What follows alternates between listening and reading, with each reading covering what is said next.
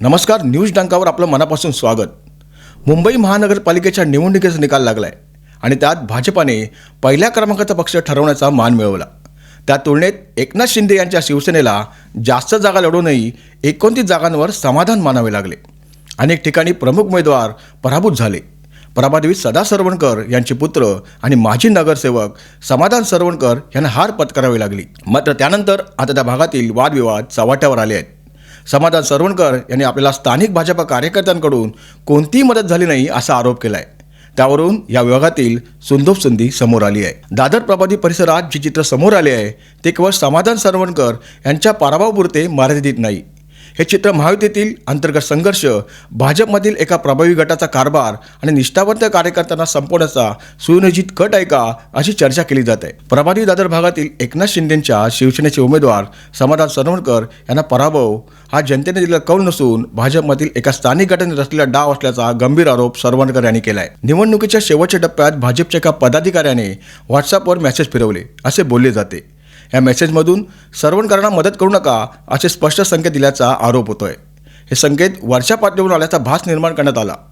कार्यकर्त्याची दिशाभूल झाली, बूथवर काम करणाऱ्या लोकांमुळे संभ्रम निर्माण झाला आणि या सगळ्याचा परिणाम म्हणजे मते विभागली गेली आणि उमेदवार पराभूत झाला असा दावा करण्यात येतो. इतकेच नव्हे तर एक व्हायरल व्हॉट्सअप मेसेज समोर आलाय ज्यात वरिष्ठ पदाधिकाऱ्यांशी बोलल्याशिवाय जर माजी आमदार किंवा त्यांची मुलगी फोन करत असेल तर त्यांना मदत करू नका असे लिहिले आहे. युती असली तरी वॉर्डमधील कार्यकर्त्यांना सदा सरवणकरांची कन्या प्रिया सरवणकरांना मदत करू नये असे स्पष्टपणे सांगण्यात आल्याचा आरोप आहे. सदा सरवणकर वरिष्ठांचा अपमान करतात असा उल्लेख करत जिल्ह्यातून फोन आला तर माझं नाव सांगायचं अशी भाषा त्या मेसेजमध्ये वापरण्यात आली आहे. ही भाषा थेट युतीविरोधी आणि उमेदवार पाहण्यासाठीच वापरल्याचे बोलले जाते. या संपूर्ण प्रकरणात खळबळजनक चर्चा पैशांभोवती फिरते. या निवडणुकीसाठी खर्च करण्याकरता जे पैसे दिले गेले त्या पैशांवरून संबंधित व्यक्तींमध्ये वाद झाला अशी माहिती समोर येत आहे. प्रभादेवीतील काही पदाधिकारी सतत पैशांसाठी मागे लागले होते असे बोलले जाते. त्यानंतरही आणखी पैशांची मागणी सुरूच होती. पुढे पैसे मिळू शकणार नाहीत हे स्पष्ट झाल्यानंतर विरोधात काम सुरू झाले असा आरोप करण्यात येतो. अल्प फरकाने झालेल्या पराभवात अशा प्रकारे मतं फिरवण्यात आली असा दावा पुढे येतो. त्यामुळे हा पराभव योगायोग नव्हता तर नियोजनाचा भाग होता असे बोलले जात आहे. महायुतीतच नव्हे तर भाजपमधील अंतर्गत कलह हे देखील या निमित्ताने चव्हाट्यावर आले आहेत. जुने भाजप कार्यकर्ते, संघ परिवाराशी जोडलेले लोक आणि निष्ठावंत बूथ प्रमुख यांना निवडणुकीत जाणीवपूर्वक बाजूला सारण्यात आल्याचा आरोप होत आहे. कसे काम करायचे याबाबत कोणतेही निर्देश किंवा मेसेज त्यांना देण्यात आले नाहीत अशी खात्रीलायक माहिती आहे. संघ परिवारातील कार्यकर्त्यांना कोणतीही माहिती देण्यात आली नव्हती. उलट जुने पदाधिकारी आणि बूथ प्रमुख बदलण्यात आले कारण त्यांनी महायुतीला पाठिंबा दिला होता असे सांगितले जाते. या संपूर्ण प्रकारची तक्रार जिल्हाध्यक्ष, मुंबई अध्यक्ष आणि पक्षाच्या वरिष्ठांकडे करण्यात आली होती तरी कोणतीही ठोस कारवाई झालेली नाही असा आरोप आहे. त्यामुळे पक्षाला दादर, माहीम आणि प्रभादेवीतील भाजप वाढवायची आहे की नाही असा प्रश्न उपस्थित केला जात आहे.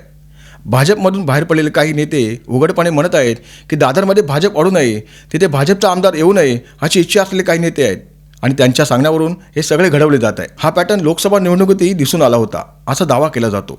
त्यावेळी काही विशिष्ट पदाधिकाऱ्यांबरोबर काम केल्यास विरोधात काम केले जाईल आणि उमेदवार पाडला जाईल अशी धमकी देण्यात आल्याचा आरोप आहे. म्हणजे भाजपमधील एका गटाचे ऐकले नाही तर उमेदवार पाडला जाईल अशी परिस्थिती तयार करण्यात आली होती. या गटाने थेट मनसेला मतदान करण्याचे संकेत दिल्याचे आरोपही समोर येत आहेत. काही वॉर्डात मनसेला मतदान करा असे सांगण्यात आल्याची चर्चा आहे. काही जुन्या भाजप कार्यकर्त्यांना तसे फोन आल्याचे बोलले जाते.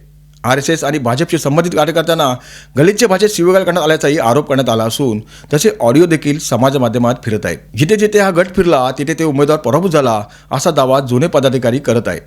काही मतदारसंघात या लोकांना प्रचारापासून दूर ठेवण्यात आले आणि तिथे उमेदवार जिंकले याकडे लक्ष वेधले जात आहे. या सगळ्या प्रकारामुळे भाजपमधील निष्ठावंत कार्यकर्ते उघडपणे नाराजी व्यक्त करत आहेत आणि बूथ प्रमुख, माजी वॉर्ड अध्यक्ष, माजी उपविभाग प्रमुख आणि पदाधिकारी पक्ष सोडण्याच्या विचारात असल्याची चर्चा आहे. पक्षाला प्रायव्हेट लिमिटेड कंपनी समजून चालवणाऱ्या लोकांबरोबर राहायचे नाही अशी भूमिका घेतली जात आहे. या पार्श्वभूमीवर समाधान सरवणकर यांनी संबंधित व्हॉट्सअप मेसेज आणि ऑडिओ क्लिप गोळा केल्याचे सांगितले आहे. ते लवकरच मुख्यमंत्री देवेंद्र फडणवीस आणि शिवसेनेच्या वरिष्ठ नेत्यांशी भेट घेणार असल्याचे त्यांनी स्पष्ट केले आहे. हा केवळ एका वॉर्डचा प्रश्न नाही तर दादर, माहीम आणि प्रभादेवीतील भाजपमधील एका टोळीच्या कारभाराचा पर्दाफाश असल्याचे चित्र सध्या उभे राहत आहे अशी तिखट भाषा सरवणकर यांनी वापरली आहे. समाधान सरवणकर यांच्या आरोपानंतर स्थानिक भाजपा नेत्या अक्षता तेंडुलकर यांनी आरोप फेटाळून लावले आहेत. समाधान सरवणकर यांनी जे वक्तव्य केले ते निर्लज्जपणाचं नीचपणाचं वक्तव्य आहे. त्यांना पाहून आम्ही राजकारण करतोय. अपमान करण्यासाठी काही बोलणार तर चालणार नाही. यांच्याकडे पक्ष शिस्त नाही. दादरमध्ये भाजपला जागा दिली असती तर 200% भाजप जिंकली असती असं त्या म्हणाल्या. ह्या निवडणुकीनंतर महायुतीत ठिणगी पडल्याचे बोलले जात असताना भाजपातही गटबाजी आहे याची चर्चा आहे. पण या विभागात आता महायुतीचा आमदार नाही, खासदार नाही आणि आता नगरसेवक नाही. या सगळ्या वादविवादापायी महायुतीच्या हातून हा विभाग निसटून गेल्याची चर्चा होत आहे. आपल्याला हा व्हिडिओ आवडला असेल तर लाईक करा, शेअर करा आणि न्यूज नका चॅनल सबस्क्राईब करा. धन्यवाद.